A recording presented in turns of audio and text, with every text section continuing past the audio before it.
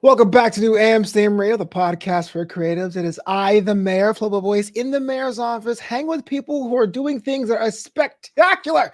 As I record this, the springtime is here, and I always wanted to know how deep the show can go because people come from all different walks of life. And when I came across this individual's background, I was like, a head exploding emoji. You know what I'm talking about? Please welcome Ana Visneski to the show. She is in the whole realm of, can I say this right? Disaster response management? Yeah.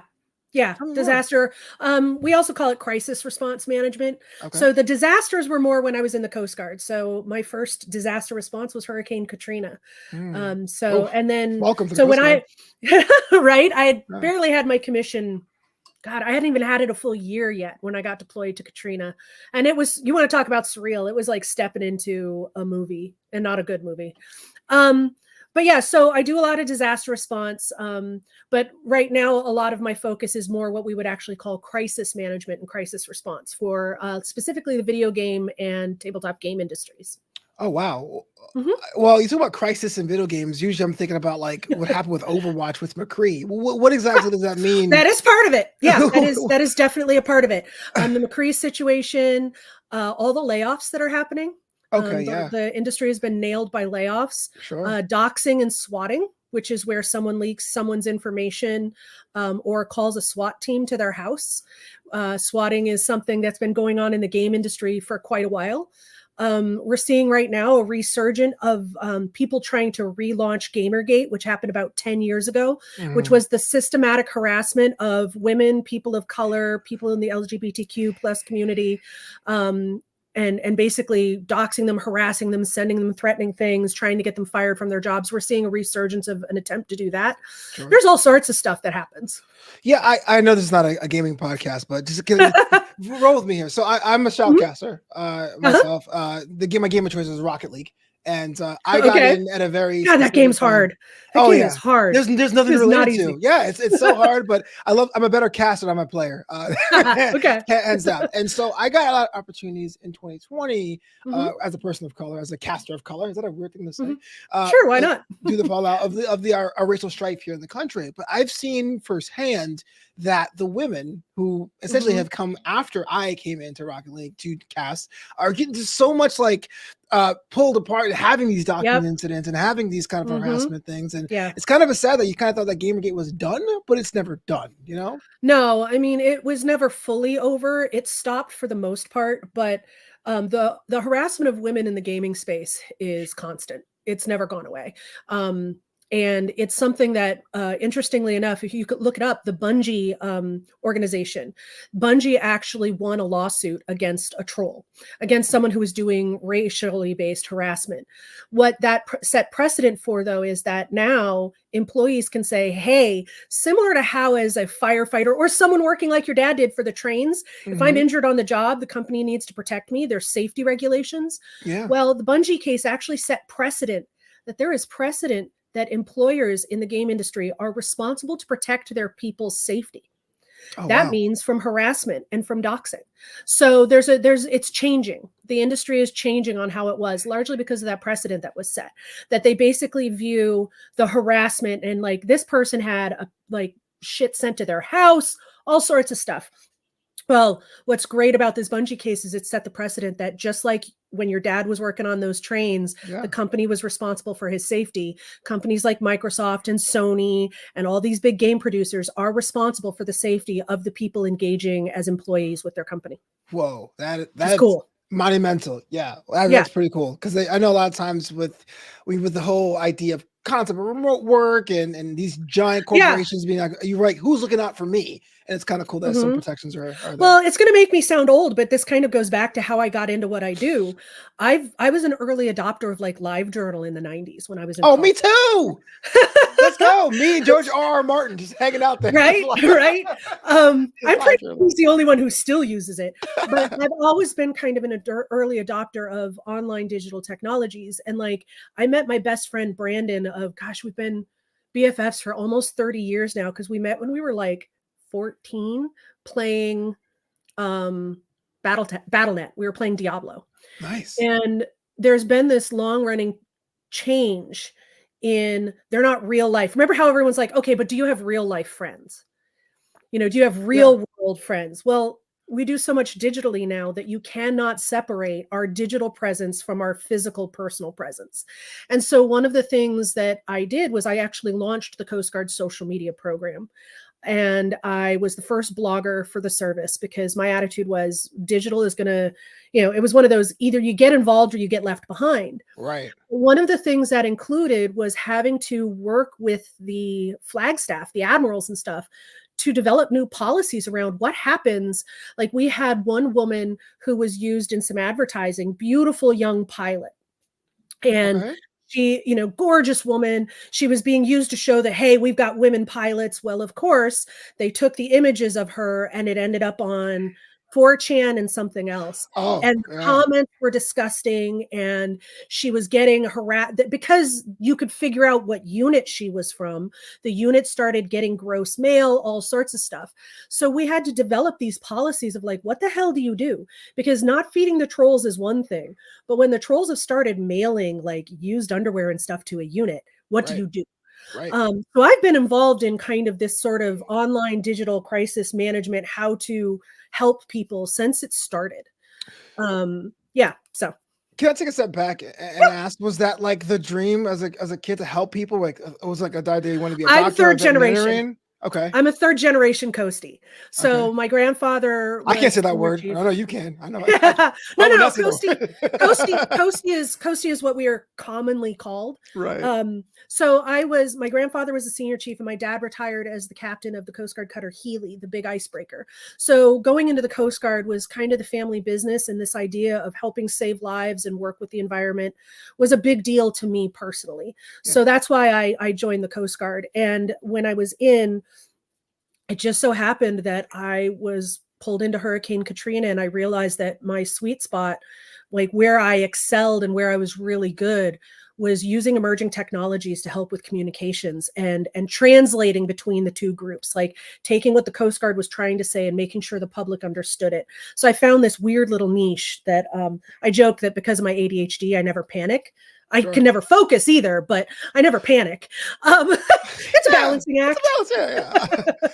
But yeah, so that's how I ended up doing this.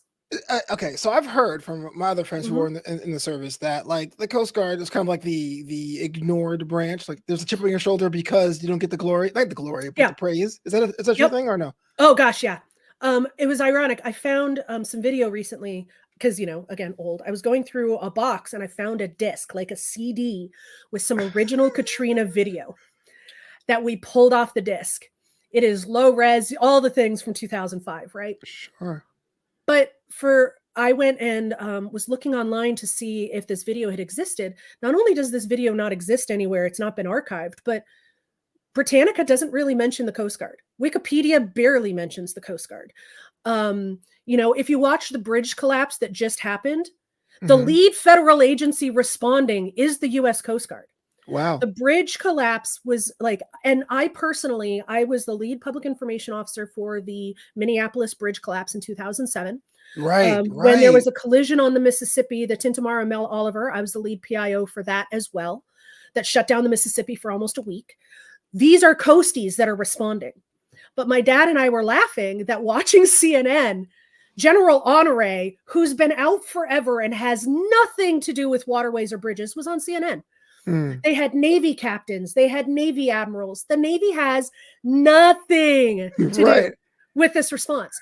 Why they didn't have a single coastie there to talk about it? Because like I was on Threads and Blue Sky as well as LinkedIn going, hey, time out. Here's what's probably going on. Here's what you saw. And I have responded to multiple of these. And, I got a lot of reach through that, but it was astonishing that most of the major networks didn't talk to a single Coast Guard expert. Wow. Yeah. It's kind of surreal that you think about it, but yeah, respect and thank you for your service. Yeah. Well, I never know what to say when people say that. Like, I loved it. And sometimes no, thank you. No, thank you. Yeah. I don't know. Yeah. I joke that sometimes I feel like I was kicked out of the Justice League. And I think that's another reason why I went on to create my own company was when I left when I left the Coast Guard, I went to AWS, and I loved my time there. I still have very close friends from AWS. I ended up as the head of launch operations, which was like organizing the most chaotic, always on fire port of operations you've ever seen. And when they figured out I didn't panic when things were on fire, I actually ended up as the principal for global disaster response. So that meant I was actually doing disaster response using AWS products, but also helping Andy Jassy, the CEO at the time, respond to COVID itself. Right. So it was, but that's when I really realized that I missed helping people through a crisis, that my unique combination of technology, like I'm very well versed in AI, I'm very well versed in the cloud, all of these things, plus my experience responding to things like Hurricane Katrina. I've responded to everything from homicides, plane crashes, as I mentioned, bridge collapses, nuclear power plant issues, personnel issues. I've responded to all of it. Plus I have this experience with tech and gaming, because I've done a lot of consulting work in gaming.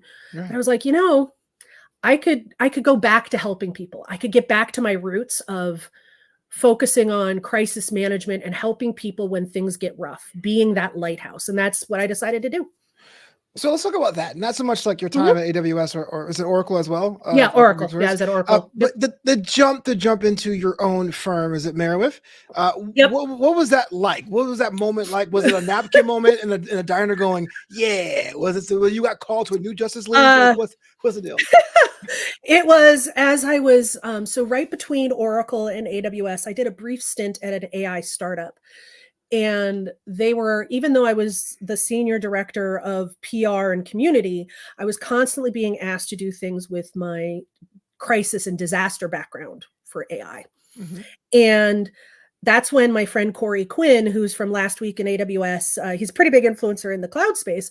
He's like, damn it, would you just start your own company? Because I need your help on a few things and I want to be able to pay you.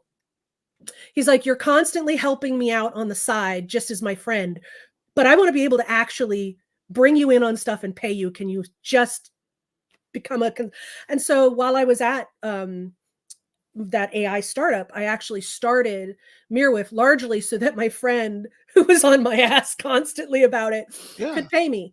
And then the name Merewif is actually, it means sea witch. It's Old English for like mermaid or sea witch.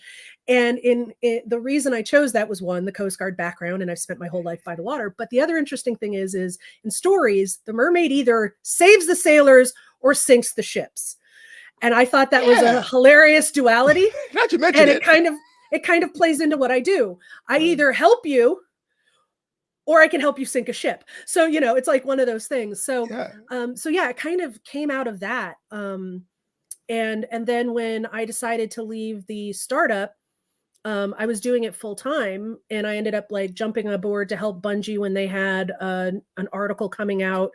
And then while I was at Oracle, because I was already kind of starting to think about just going on my own, I left it open, and I actually ended up being the crisis manager that Wizards of the Coast called in to fix the OGL situation last January. That's the open gaming license situation.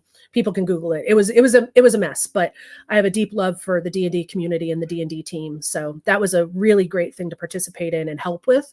So when I left Oracle, I was like, you know what? I got a book coming out. I've got a couple clients already lined up. Let's go for it. And so I've been doing it full time since, and it's been going very well, including hiring another consultant and an office manager because I can't keep track of my invoices. Wow. Well, not to derail the show entirely, but I've never played D&D myself. I've kind of like I stand in like the corner and watch people play and then heckle, like more like a lame master. Like I'm always the worst when it comes to that. But I've never played myself. That's pretty cool that you're able to take with such an institution as well. And so you're saying you're actually growing. How does employee number one look like? Was that nerve-wracking for a small business owner to be like, I trust you with other stuff? Well, I lucked out in the sense that the first contractor I brought aboard is his nickname's Mac, everyone, Thomas McKenzie. Mac and I worked together in the Coast Guard. So we worked on the BP oil spill together. He worked for me briefly at AWS. So like we have a history. So it wasn't that hard to bring him aboard and be like, hey, this is what I'm doing. You're a big nerd like me. You know this space really well too. I need some backup because as I take on retainers, that's 24-hour coverage. Like one of the things with crisis management is we are 24-hour coverage. So you can call me at 2 a.m. if you are one of my people on retainer. There's a reason we only take a couple of these. You can call me at 2 a.m. and be like, one of our trucks just crashed and I am up and I am running your response. Right. So I needed a backup so that, I can take vacations occasionally, maybe sleep. But also it's for my customers so that they have a good rotation of like knowing that it is 24 hours. So it wasn't really that hard. The hardest part was like figuring out pay scales, like how do I pay this person? How do I make sure that, how are we arranging this and all that stuff? And luckily I have a couple friends who've started their own businesses who help walk me through that. Yeah. And then I'm in the Women's Organization Chief, which is the Chief Executive Network. It's for women executives. And so I happen to have a friend that's a lawyer through there. So I hired her to help me do a lot of the paperwork. So a lot of it's networking and figuring out like, what the heck am I doing now? Yeah. I mean, that's the thing. Like, a lot of times we are like feast or famine. And sometimes you have months without stretches of work, and it's months where there's like not too much work, but it's like no time in the day to get the work done. And I was like, what was your method? If you have one, it's okay. If you don't, it's also okay, of like managing that balance of feast or famine with your own mental health. I will say so first of all, the feast or famine thing, I will say I come from a position of extreme privilege. We need to identify that right away. Okay. Not only am I a white woman, as opposed to anyone else trying to do this sort of thing, but I also was a VP at Oracle. So when I left, I had a massive stock influx. So I had the stock basically to cover a year's worth of pay. Sure. So I knew that if I didn't get paid for 6 to 9 months from my customers, I'd still be okay. Plus we're a dual income house and my husband is also an executive. So I need to call that out right there. I can do this like with less stress than the average person due to my privilege. Okay. Thank you. But a lot of it is, I've taken a lot of classes, a lot of business, like how to start a business class. I've done a lot of networking. I've looked for other people who are like me, who've started their own business. And I'll reach out to them and go, am I crazy? Or is this like, why do I feel like I'm a giant failure? Right. Because part of bringing on my consultant was I couldn't take on retainers until I had a consultant. So I had to have someone who was willing to understand that he was coming aboard so that we could get the retainers. Not immediately you're going to be paid. And luckily he's got a retirement. So there I lucked out too. And I also luck out that I've got like 3 more friends from the Coast Guard who are either retired or retiring and are like, we want to join you. And I'm like, sweet. Yeah. So in a lot of ways I've been super lucky, but for the planning part of it is, especially because my business is so feast or famine, like all of a sudden I will have 3 clients and everything's on fire and I've made $400,000, or I'm hanging out kind of, doing my thing. Well, part of what I did was I decided to write a book. Okay. So I started that a year ago. The digital version should be available at the end of this month. Its title is Fuck It, Watch This. Because, I'm a bit irreverent on everything I do. Absolutely. So it's a unconventional leadership book. It's a no nonsense, because I hate the fluffy thought leadership. Yeah. Honor, and like if the majority of military leadership books drive me nuts, because I'm like, that's not how we did it at all. That's just a bunch of fluffy nonsense. Yeah. And so many leadership books to me don't give you actions. They're like, you need to think about it like you're a fluffy cloud and that you're drizzling down upon your people. You're not. No. Right. So what I did instead was I wrote it from, it's kind of comedic. I tell a lot of stories of stuff I learned in the Coast Guard. And that the Coast Guard didn't necessarily mean to teach me. Right. I even joke in the intro that if I don't piss off at least 4 admirals, I didn't write the book the right way. But one of the things I decided to do to help my business was write a book, because that will, 1, give me some passive income with the royalties, but 2, it also gets my style, my personality, my experience out there in the world, so that someone who might want to work with me or hire me, because I do a lot of paid speaking, might be able to see and hear a little bit more of my voice and how I do things. So that was part of my plan. So that's coming out. I also have a book kickstarting at the end of July called Oh No's, a picture book for execs. And that one is literally a crisis communications book written in the style of a children's book. It follows Phil of Nillicone Valley as he messes up every step of his ice cream company's crisis. And it's got art and it's colorful and you can read it to your kids, but it's literally intended for executives.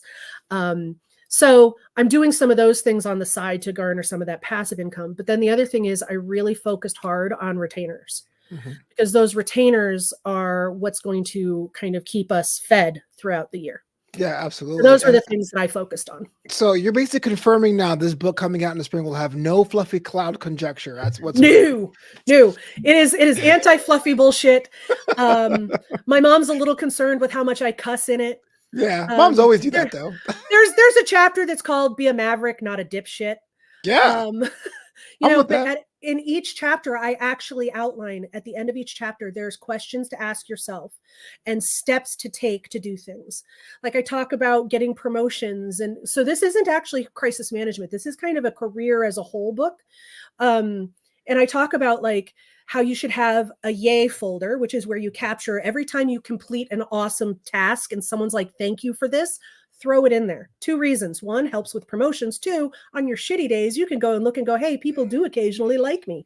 Yeah. And then the second folder I jokingly call the Steve folder. And that's because it originated because there was a guy at AWS, and he knows this, he thinks it's funny, that was driving me nuts. And every time his name showed up in my inbox, I wanted to light him on fire.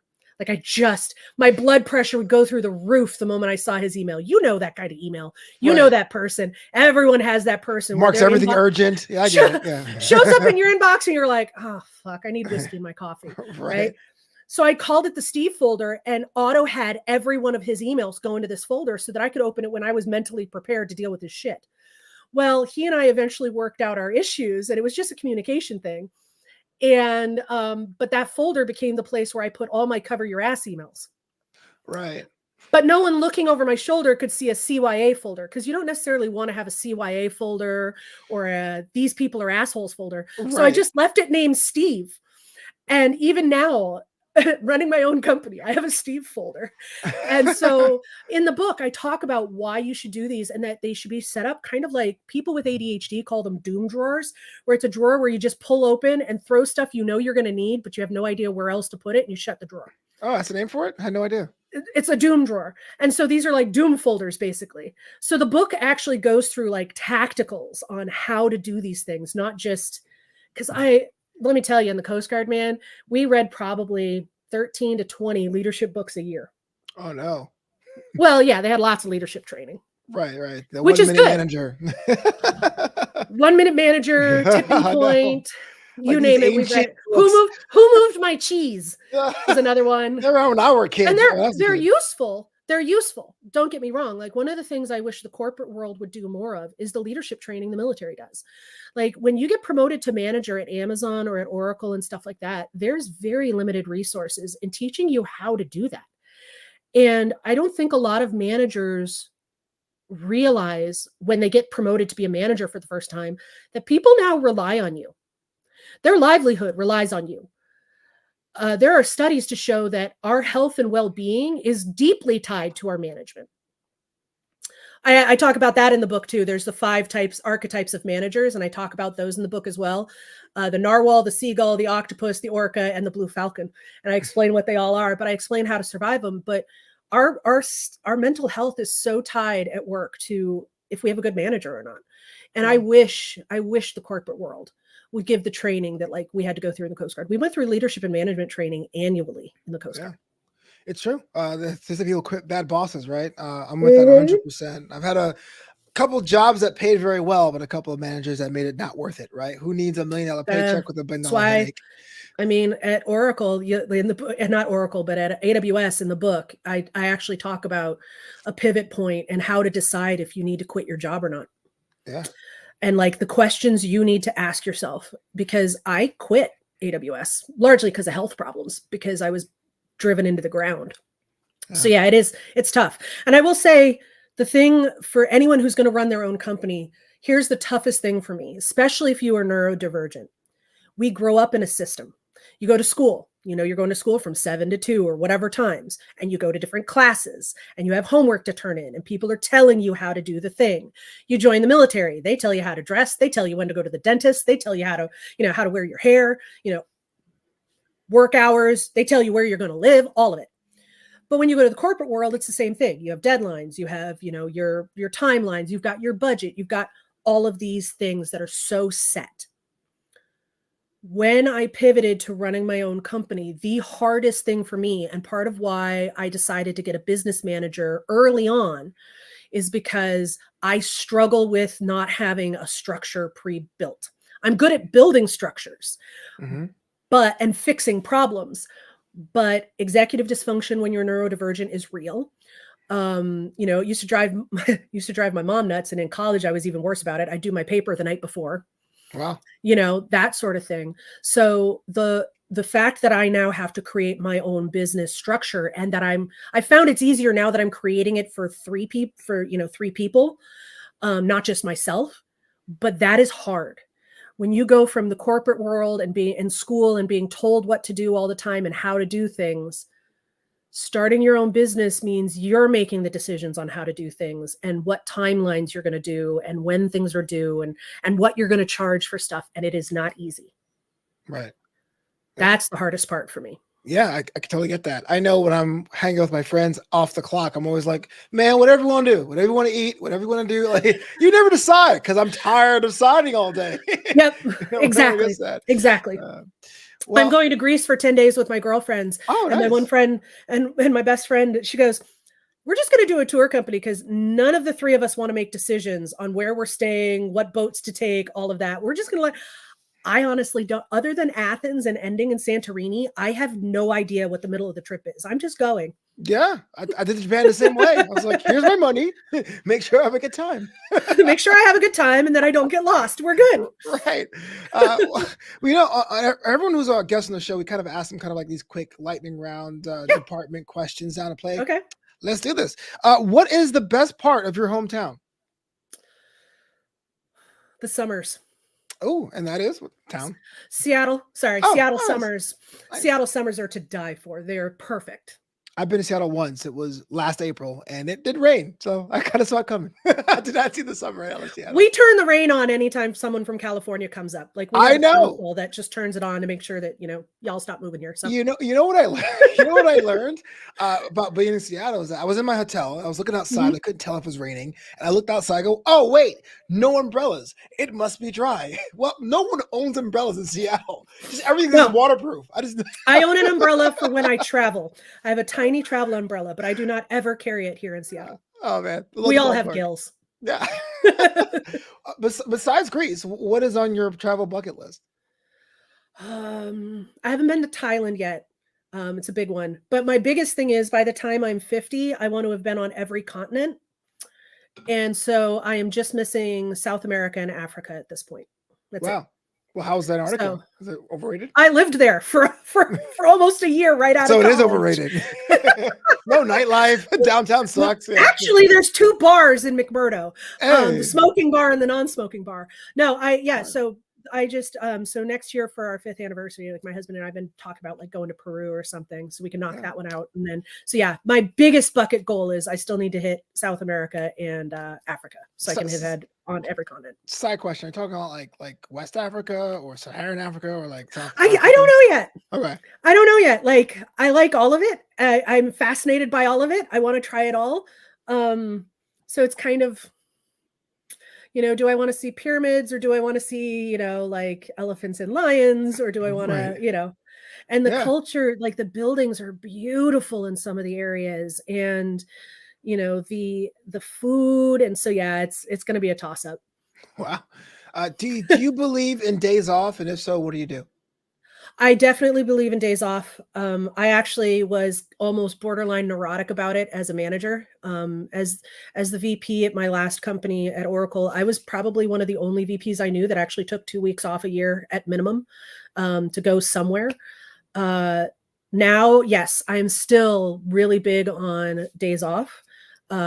Mind you, I take them more sporadically. It might not be Saturday, Sunday anymore. It might be like Wednesdays. And on those days, of course, because I work in crisis management, unless I've handed it off to Mac, I'm on call, but I walk the dogs. I read a lot. I read insane amounts. And of course, I play video games. Lots and lots of video games. What's in your queue right now? So a friend of mine and I have been playing Baldur's Gate together. Nice. Because of course. And sometimes though, I don't want to think. So what I do is I turn on the TV to watch like a TV show, and then I take out my Switch. So I've played like all the Mario games, Pokemon games. I've played like, I just 100%ed like the last 2 Pokemon games that came out. So yeah, it's kind of depends on my mood. I, of course, am a huge Diablo fan. So when that came out, I was playing that exclusively until I finished it. But my return to games every time are these 2. Bug Snacks, okay, which is an indie game by Young Horses, which is incredible. Actually, I've got the little guy up here. This is one of the characters from Bug Snacks. It's a strawberry. You can see, yeah, it's called a Strabby, and you catch these in the game, and he's got googly eyes. It's got a really funny sense of humor. That's a big thing for me, is games that make me laugh. And the other one is from Devolver. It's called Cult of the Lamb. Okay. Yeah. And Cult of the Lamb is, imagine you took a dungeon crawler and crossed it with Animal Crossing. Oh, build your own dungeons? Well, no, you build your own little village, your cult. You build a cult, and you build them houses, and you build them kitchens and all this stuff. But in order to get resources, you're doing a dungeon crawl. Oh, and you go through the dungeon to get the resources for them. Really That's twisted, so but also remember that this would be Animal Crossing if you could teach the animals to eat each other. Because like you can have your cult be a cannibalistic cult. You can have your cult, like it's incredible. And the game has got a great art, great sense of humor. And it's replayable, which is really great. Don't give me that much power. I'd be like, you see what I've done for you? I've crawled these dungeons. Oh, if you will love Animal Crossing. You've got to try it. And it's on all the platforms. It's on everything. And it was one of the best games to come out the year. Won a bunch of awards. It's got a cult-like following. I mean, you can kind of see them in the background behind me over here. Yeah. I've got 2 dice boxes from the game. Up in the background somewhere, I've got some of their art. It's just a fun game. And I really love how indie games are really, and I say indie I'm being very specific, not the AAA or quadruple A's. So like AAA's are things like Baldur's Gate, Halo, Destiny. All that stuff. They're great. They're fun.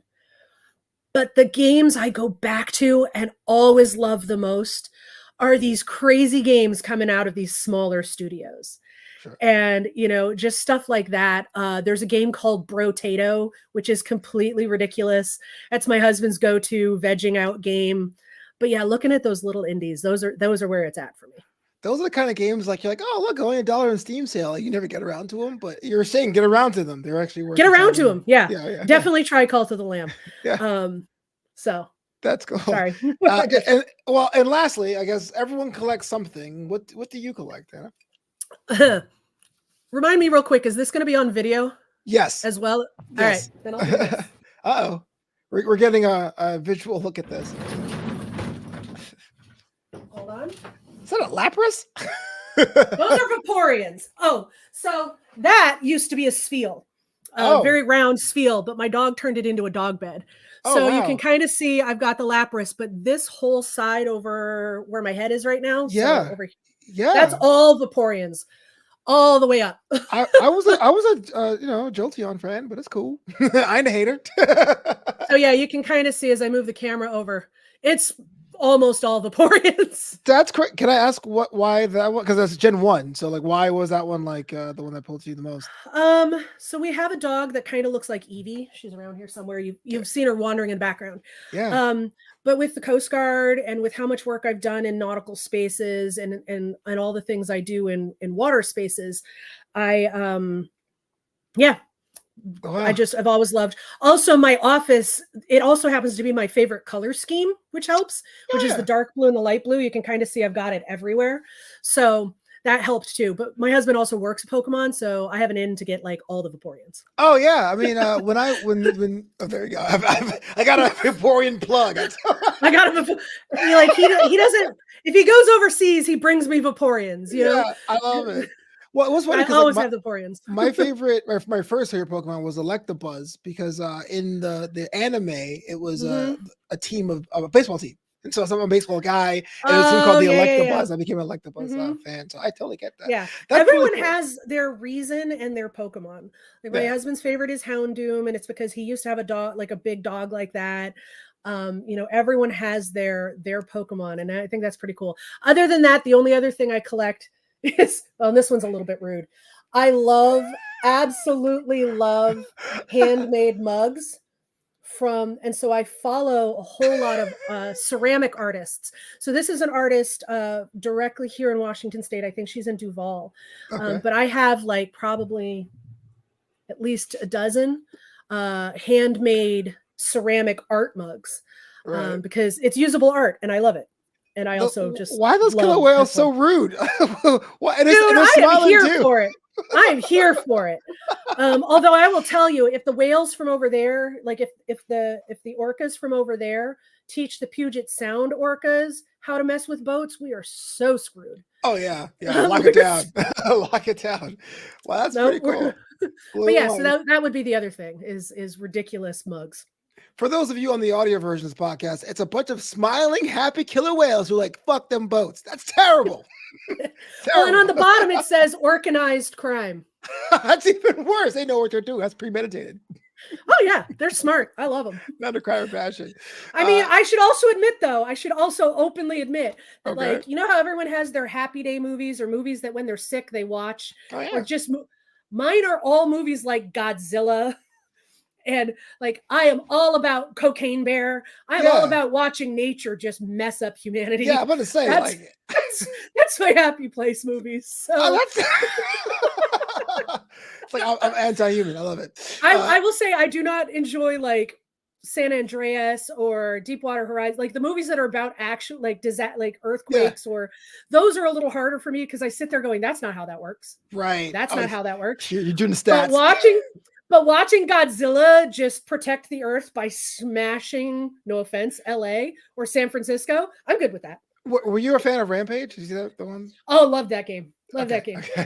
Have you the seen movie was weird, but I like it. The movie again, though, that's another one I enjoy because it's just dumb fun. Fair. Like the most recent Godzilla movie, Godzilla times Kong, the one that's in theaters right now, is so much fun. Is it? Does it make sense? Nah. Is it a blast? Hell yeah. Okay. Well, the commercial has like WWE commentators talking what's happening. Oh, like, what is going on here? Yeah, just trust me. Go in prepared to go, that makes no sense, and I don't even care. Wow. Well, there you have it. I don't even care. It's a lot of fun to have you on the show there, Anna. Like, I learned a lot about what you do, and I hope the book comes out. I guess we're all digital and physical copies are sold. How do I go about doing that? So the webpage is fuckitwatchthis.com, FCK so it's no you. I was going to say, get myself in trouble. Just so I get myself in too much trouble. But by the end of this month, it'll actually be up on Amazon. So that'll be the easiest way to do it. So by the end of this month, it'll be up for digital on Amazon. And then actually right after I get back from Europe, I start recording the audiobook. So the audiobook will also be available this summer. Fantastic. And if anyone want to contact you directly or follow you on social media or Blue Sky, well, I guess that's social media as well. How do they go about doing that? Yeah. So I don't even remember, what am I on Blue Sky? I've got so many different social medias now. LinkedIn is always a great way to reach out to me. I'm also on Blue Sky and I'm also on Threads. On Threads, I'm V6 and on Blue Sky, I'm Oceanbound. Wow. There you go. There you have. Thanks so much for your time. I guess I want to get a copy of that book because it sounds pretty much on point. Let me know. Send me your address. I'll send you a copy. Let's do it. I really mean that because I love to. Okay. I wanted some unconventional leadership because my dad gave me the 1 Minute Manager when I was a kid. And I was like, this is old even back then. what are you doing, Pop? You know what I mean? So, exactly. Well, let's have a good one.